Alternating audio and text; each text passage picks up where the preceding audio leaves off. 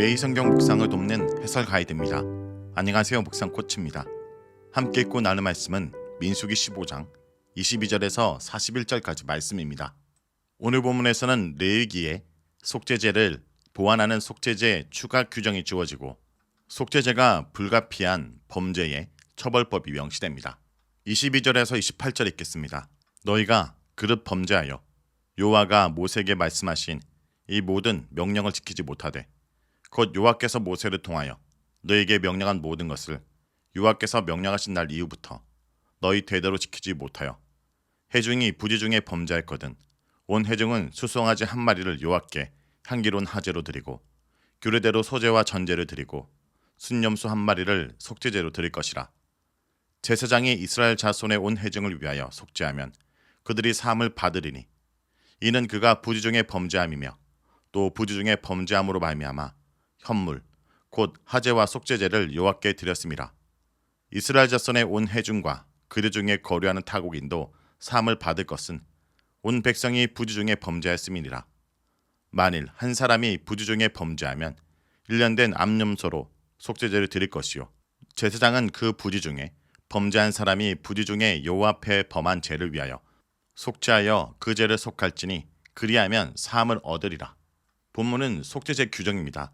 곡식의 첫 추수물의 봉헌에 대한 규정이 전달된 뒤 갑자기 속죄제 규정이 들어 있습니다.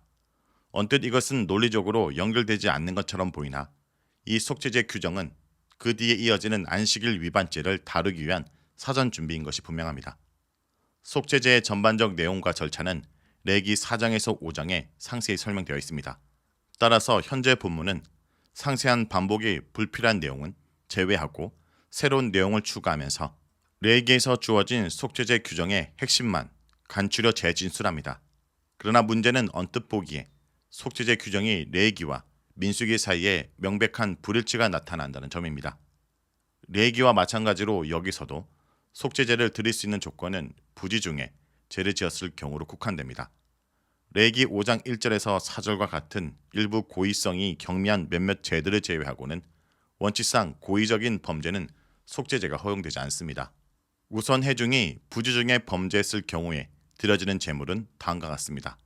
소 한 마리의 번제, 소제, 전제, 순염소 한 마리. 반면에 개인이 그런 죄를 지으면 1년생 암염소를 바치라는 요구만 명시되어 있습니다. 이러한 표준은 레위기법과 크게 상충합니다. 레위기의 속죄제 규정은 죄인의 신분에 따라 속죄 제물을 5가지로 등급화합니다. 먼저 제사장과 회중은 동급으로 취급하여 수소 한 마리를 바칩니다. 제사장과 회중을 위한 제물은 수소이며 그 외 번제와 다른 제물은 요구하지 않습니다. 그의 신분에 따른 제물의 종류는 족장의 경우는 순염소, 평민의 경우는 암염소와 암양, 빈민의 경우는 비둘기 2마리, 극빈민은 밀가루 10분의 1 에바입니다. 그런데 여기서 문제는 이 회중을 위한 규준이 현재 민수기법과 조금 다르다는 점입니다. 민수기에서는 회중의 동일한 죄를 위해 번제 한 마리 소가 들어지고 속죄제는 순염소 한 마리를 바칩니다. 그 외 추가로 소제와 전제를 바치도록 요구하고 있습니다. 이렇게 양자 간의 짐승 제물들의 차이가 납니다. 이것을 이해하기 위해서는 이 법이 주어지는 정황의 2가지 차이를 주목해야 됩니다. 먼저 레위기 4장의 속죄제는 여호와의 금지 명령을 위반한 사례입니다. 개역개정에서는 그것이 정확하게 번역되지 않지만 레위기 4장 3절은 누구든지 여호와께서 금지하신 계명 중 하나라도 그릇 범하면으로 해석됩니다. 이것은 금지 명령의 위반입니다. 제사장과 회중이 이 금지 명령을 어기면 수소를 바쳐야 합니다. 그러나 민수기 15장에서는 여호와가 무엇을 말씀하신 이 모든 명령이라고 언급되면서 레위기와 차이를 보입니다. 즉 금지하신이라는 표현을 포함하지 않고 있습니다. 우리는 이것이 여호와의 수행 명령일 가능성을 고려할 수 있습니다. 수행 명령이란 무엇을 하라라는 명령입니다. 적극성과 자발성이 요구되는 이 명령의 위반은 금지 명령의 위반만큼 심각하지 않습니다. 이런 차이로 인해 민수기에서는 회중을 위한 속죄 제물이 순염소로 낮춰진 것일 수 있습니다. 다른 가능성 한 가지는 레위기와 민수기 사이의 회중의 차이입니다. 레위기 4장의 회중은 제사장들이 포함된 회중이 분명합니다. 그러나 민수기 15장에서는 제사장이 제외된 회중일 가능성이 있습니다. 이때 짐승의 제물의 차이가 발생하여 제사장이 제외된 회중을 위해 순념소의 속죄제가 요구되는 것은 자연스러울 것입니다. 실제로 제사장이 제외된 회중을 위해서 여러 차례 순념소가 바쳐진 것이 레위기 9장, 16장, 23장 19절, 민수기 28장 20절에 확인됩니다. 현재의 속죄 규정으로 미루어 볼 때 아마 레위기 4장의 속죄 제물을 바칠 때도 번제와 전제 그리고 소제가 곁들여졌다고 볼 수 있습니다.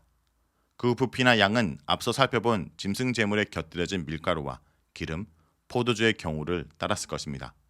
반면 현재의 본문은 이 해 중에는 이스라엘 백성들과 함께 기거하는 타국인, 즉 거류민도 포함되어 그들도 제3의 혜택을 받는다고 말합니다. 해중 전체를 위한 속죄제에 이어 개인의 비고의적인 죄를 위한 속죄제가 설명됩니다. 이것은 레위기 4장에서 5장에 상세히 규정되어 있습니다. 다만 여기서는 짐승이 안염소로 국한되어 있지만 레위기법에서는 암양도 가능합니다. 그러나 지파장과 같은 족장급 인물은 순염소를 바쳐야 합니다. 정리하자면 이렇습니다. 족장은 순염소, 평민은 암양과 암염소라는 것입니다. 29절에서 31절은 고의적인 악행을 범한 경우를 말합니다. 이스라엘 자손 중 본토 소생이든지 그들 중에 거류하는 타국인이든지 누구든 부지 중에 범죄한 자에 대한 법이 동일하거니와 본토인이든지 타국인이든지 고의로 무엇을 범하면 누구나 여호와를 비방하는 자니 그의 백성 중에 끊어질 것이라. 그런 사람은 여호와의 말씀을 멸시하고 그의 명령을 파괴하였은즉 그의 제약이 자기에게로 돌아가서 온전히 끊어지리라. 부지 중에 범죄한 죄에 대한 법은 본토인과 거류민 모두에게 동일하게 적용됩니다. 이것은 매우 악의적이고 고의적인 범죄의 경우도 마찬가지입니다. 사실 고의적인 범죄 중에 죄질이 경미한 어떤 죄들은 그 죄를 자복하고 속죄제를 바쳐 용서받을 길이 있었습니다.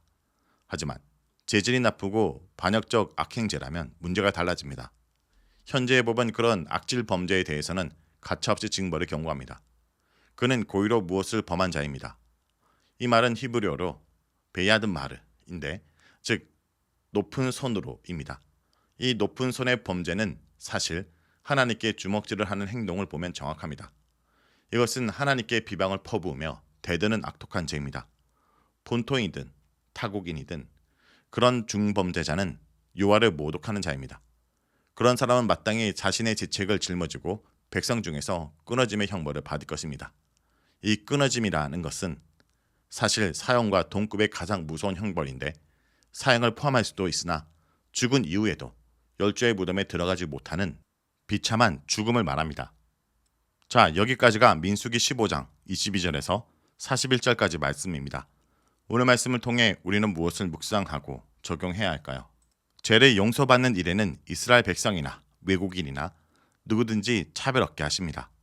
부지 중의 실수로 죄를 범한 사람에게 풍성한 은혜의 대책을 마련해 주셨습니다. 번제와 속죄물을 통해 하나님과 관계를 회복하게 하신 것입니다. 이는 또한 부지 중에 행한 죄라 할지라도 반드시 하나님의 판단을 받고 자백하여 용서를 받아야 함을 가르쳐줍니다. 은혜는 죄를 거저 덮어주는 것이 아니라 하나님의 공의를 충족시킴으로써 누리는 자유를 말합니다. 그런데 이러한 누림을 이스라엘 백성뿐만 아니라 외국인에게까지 누구든지 차별 없게 하셨습니다. 이것이 오늘 우리가 누리는 자유입니다. 그리스도께서 십자가에서 속죄물이 되어 하나님의 거룩한 수준을 충족시키는 이 값을 지불하셨습니다. 성도 여러분, 그러므로 아무리 사소한 죄라도 쉽게 넘어가거나 무주를 핑계 삼아 자신을 변호하기보다 십자가를 붙들고 하나님께 나아가 용서를 구하길 간절히 기도드립니다.